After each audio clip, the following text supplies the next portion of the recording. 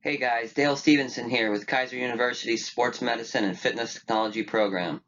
This month's class project is on advanced care and prevention of athletic injuries. The athletic injury I researched is the hamstring strain.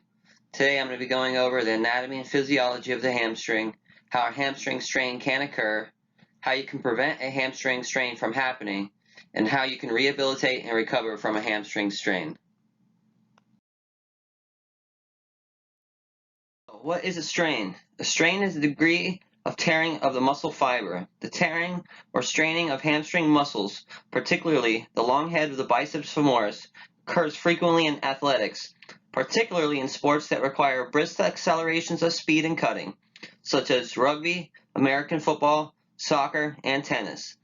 Although complete tears can occur, most tears are partial and occur as a result of a failed lengthening of the muscle. The hamstring muscle group includes three distinct muscles: the biceps femoris, the semitendinosus, and the semimembranosus. This group crosses two joints, the hip and the knee. Of the three muscles in the hamstring group, the biceps femoris is most likely to be injured. How a hamstring strain can occur. Factors that predispose an athlete to hamstring strains include insufficient warm-up, fatigue. Strains tend to occur later in training or competition and later in the competitive season. Poor musculature coordination, excessive pelvic tilt, prior hamstring injury, and imbalance in muscle strength between the hamstring and quadriceps, in which the hamstring is the weaker.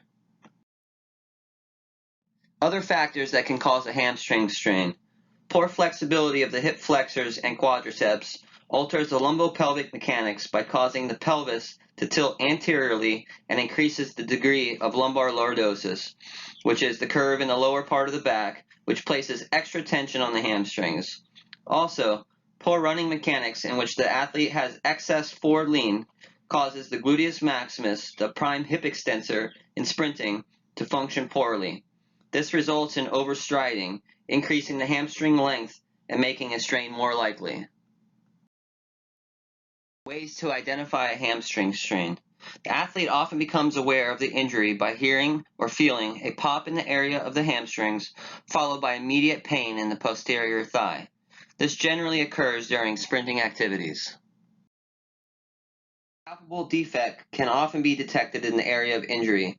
The easiest way to isolate the area of tenderness is to palpate the hamstring with the athlete laying prone.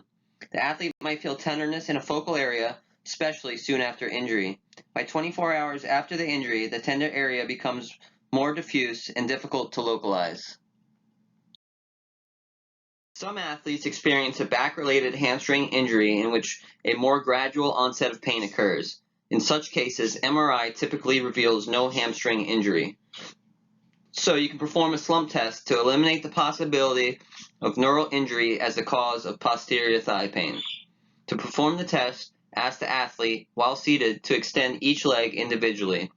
Then ask him or her to tuck the chin into the chest and repeat the extensions. If pain is exacerbated on the involved side when the leg is extended and the chin is tucked, rather than when the chin is not tucked, the slump test is positive and signifies a nerve problem. There are three grades of hamstring strains. For a grade 1, you'll notice discomfort in the back of the thigh and the inability to operate at full speed. You could still walk and there will be a little bit of swelling. For a grade 2, your gait will be affected and you'll most likely end up limping off the field or playing surface. You'll feel sudden pain, which gets worse on activity or resisted movements, and it'll be sore to the touch. For a grade 3, it can involve a tearing of the whole muscle or just partial muscle. You'll have an inability to walk and you may need crutches. There will be severe pain and weakness in the area, and swelling and bruising are both noticeable. Bruising below the level of the tear can be quite impressive and widespread, as you can see in the picture below. In instances in which a complete tear of the hamstring muscle or proximal tendon is suspected, MRI of the thigh will more clearly define the extent of injury and help determine treatment. Typically, MRI is extremely useful in localizing and detailing the extent of injury, as well as in making a prognosis and helping to determine readiness to return to play. As for the treatment of hamstring strains, you want to approach the treatment in phases. In the first phase, the goal is to decrease the amount of local bleeding, swelling, pain, and inflammation. Non-steroidal anti-inflammatory medications can help limit inflammation and allow earlier rehab, but these should be used for only 3 to 7 days post-injury because they can delay muscle regeneration and interfere with the healing. During the first phase of treatment, acute conservative care of hamstring strains follows the guidelines for most soft tissue injuries, using the acronym PRICE, which stands for Protection, Rest, Ice, Compression, and Elevation. Start icing and light compression with an ACE wrap as soon as possible. The injured hamstring should be protected by limiting movement on hills, ramps, stairs, and uneven surfaces. The use of a cane or crutches should help reduce weight bearing, but holding the leg flexed at the knee and off the ground with crutches can aggravate the injury. About 7 or 8 days after the injury, the second phase begins. Most experts agree that electrical stimulation, passive range of motion, myofascial release, and isometric exercises can be introduced at this point. The athlete should work on varying the position of the hip and knee during contraction.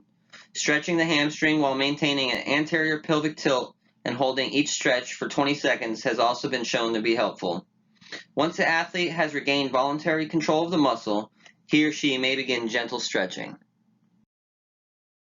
Further on into phase 2, once the athlete has achieved 75 to 80% of normal range of motion, he or she begins resisted stretching techniques such as isometric contract relax exercises, active isolated stretching, and proprioceptive neuromuscular facilitation, also known as PNF.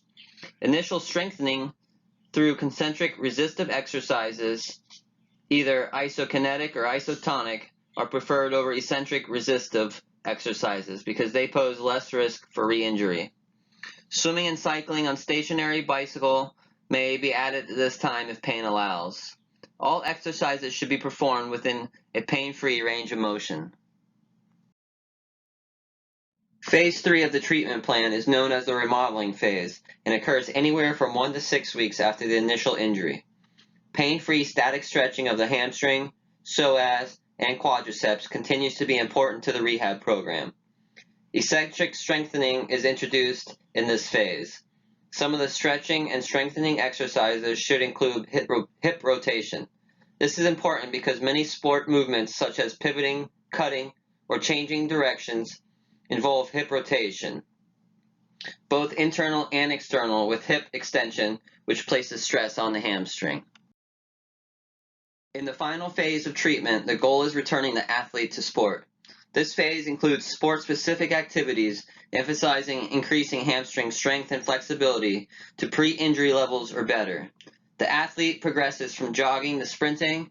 He or she performs cutting and pivoting activities as well as drills that incorporate rapid acceleration and deceleration. There are other treatments that can be added in later on in the recovery process. These other modes of treatment that are beneficial for hamstring strains include ultrasound, deep friction massage, and neuromobilization. Acupuncture is also helpful and may be used as soon as the injury occurs and throughout the rehab program. Finally, the part that every athlete has been waiting for, return to action. The athlete is cleared to return to play when he or she can participate in sport-specific activities pain-free. To prevent reoccurrence of the injury, the athlete should continue regular stretching and strengthening and should always warm up properly. Faithful compliance with hamstring and other hip girdle musculature stretching and continued balance strengthening of the quadriceps and hamstrings will help prevent re-injury. One of the greatest risks for hamstring strain is prior hamstring strain, so complete and continued rehabilitation is necessary. Thanks for listening. Hopefully you have a better understanding of a hamstring strain and how it can occur and how you can prevent it from occurring, and if it does occur to you, how you can recover from it.